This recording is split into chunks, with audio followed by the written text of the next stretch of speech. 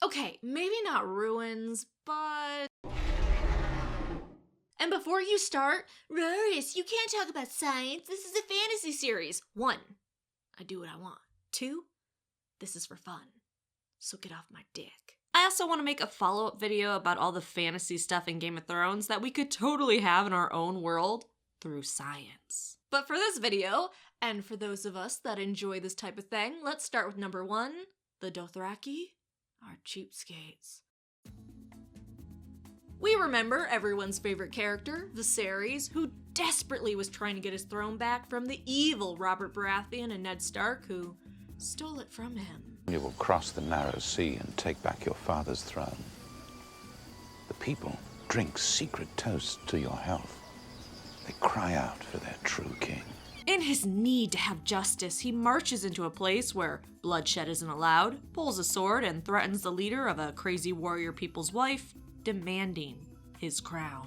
Drogo agrees to give him a crown fit for a king. Putting gold into a soup pot, he melts it and then pours it over the Targaryen's head, killing him. Here's the problem though, gold melts at 1,948 degrees Fahrenheit. That temperature wouldn't have been reached by their campfire. Which means that Viserys' crown wasn't pure gold. Those cheap Dothraki must have put some lead in the pot as well to make it melt at such a low temperature. That wasn't a crown. For king.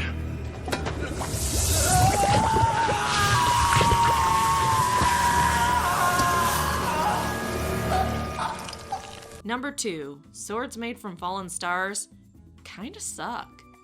The legendary sword of House Dane, Dawn, has an epic creation story.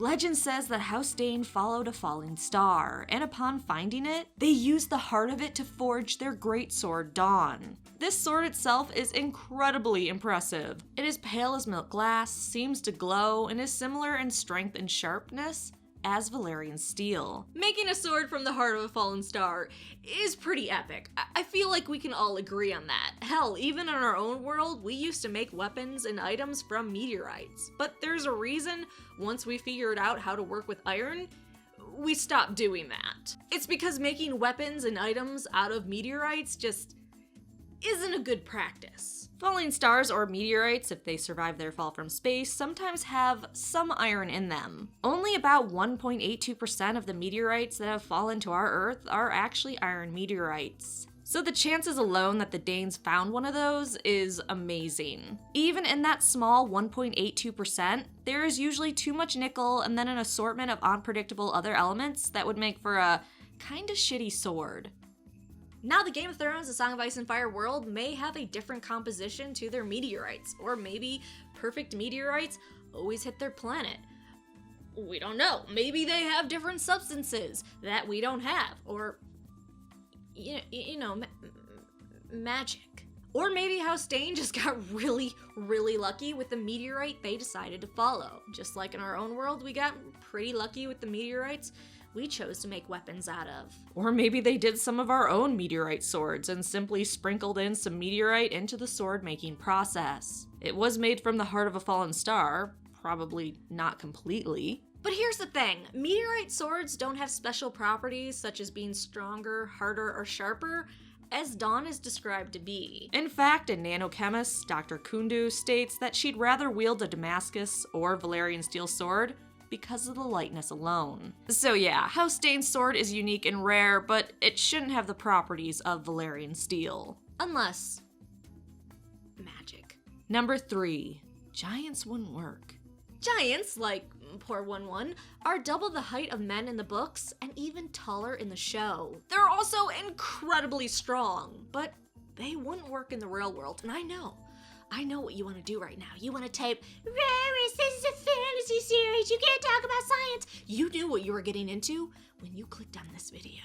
So giants don't work. Why? Unfortunately, just scaling up a human to be tall does not work. Or at least scaling them up to be that tall. Our world has certain laws that affect how changes in size influence body mass and movement. The square cube law is the mathematical principle that describes the relationship between the volume and the area as a shape's size increases or decreases. As a shape grows in size, its volume grows faster than its surface area. This makes sizing up humans really hard. A great example is a cube. If you double the size of the cube, its surface area is increased 4-fold, but the volume 8-fold. Now, I know we're dealing with the odd shape of humans, but if you double us, you're gonna start to run into some problems. Yeah, we will now have 4 times the muscle power, which is great, but at the same time, we now have to move around 8 times the mass. Not so great. So that means the giants in George's world are going to be about half as strong and agile as us totally adequate, regular-sized humans. This runs into a lot of problems, the least of which being a giant's heart and lungs in this world would just not be able to keep up with the pace of the wildlings. Giant mermaids, though? Totally possible. Number 4, ice rink. I think we can all agree the height of the wall is just plain stupid. 700 feet is a ridiculous height, and even George admits he made the wall too high. The guy in general is really bad at scaling things. Engineers were questioned if the wall was even possible in our world, without the magic of course, and it was a resounding no. Though ice is a fantastic defensive material, especially from medieval weapons, even in the frigid temperatures of the north, the wall would begin to deform under the pressure of its own weight. As the upper wall parts pushed down, the lower parts of the wall would begin to bulge out. The wall would essentially be a disaster. However, our engineers have a solution to make this wall possible. Build it on a gradient slope and make it 40 times the width. Then, physics will be happy. But then again, magic was put into the wall, and as far as I know, magic really doesn't seem to give a fuck about physics.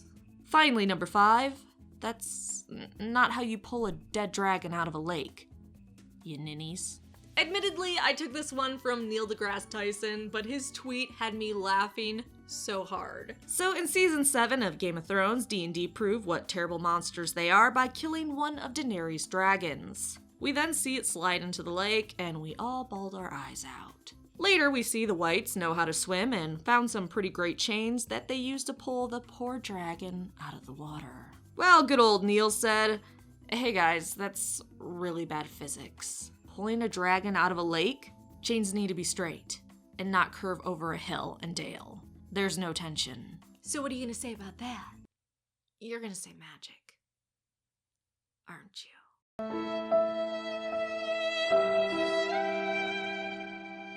Hey, thanks for watching. Like I said, I want to make a follow-up video about all the fantasy magic elements in A Game of Thrones, A Song of Ice and Fire that we could totally replicate with science.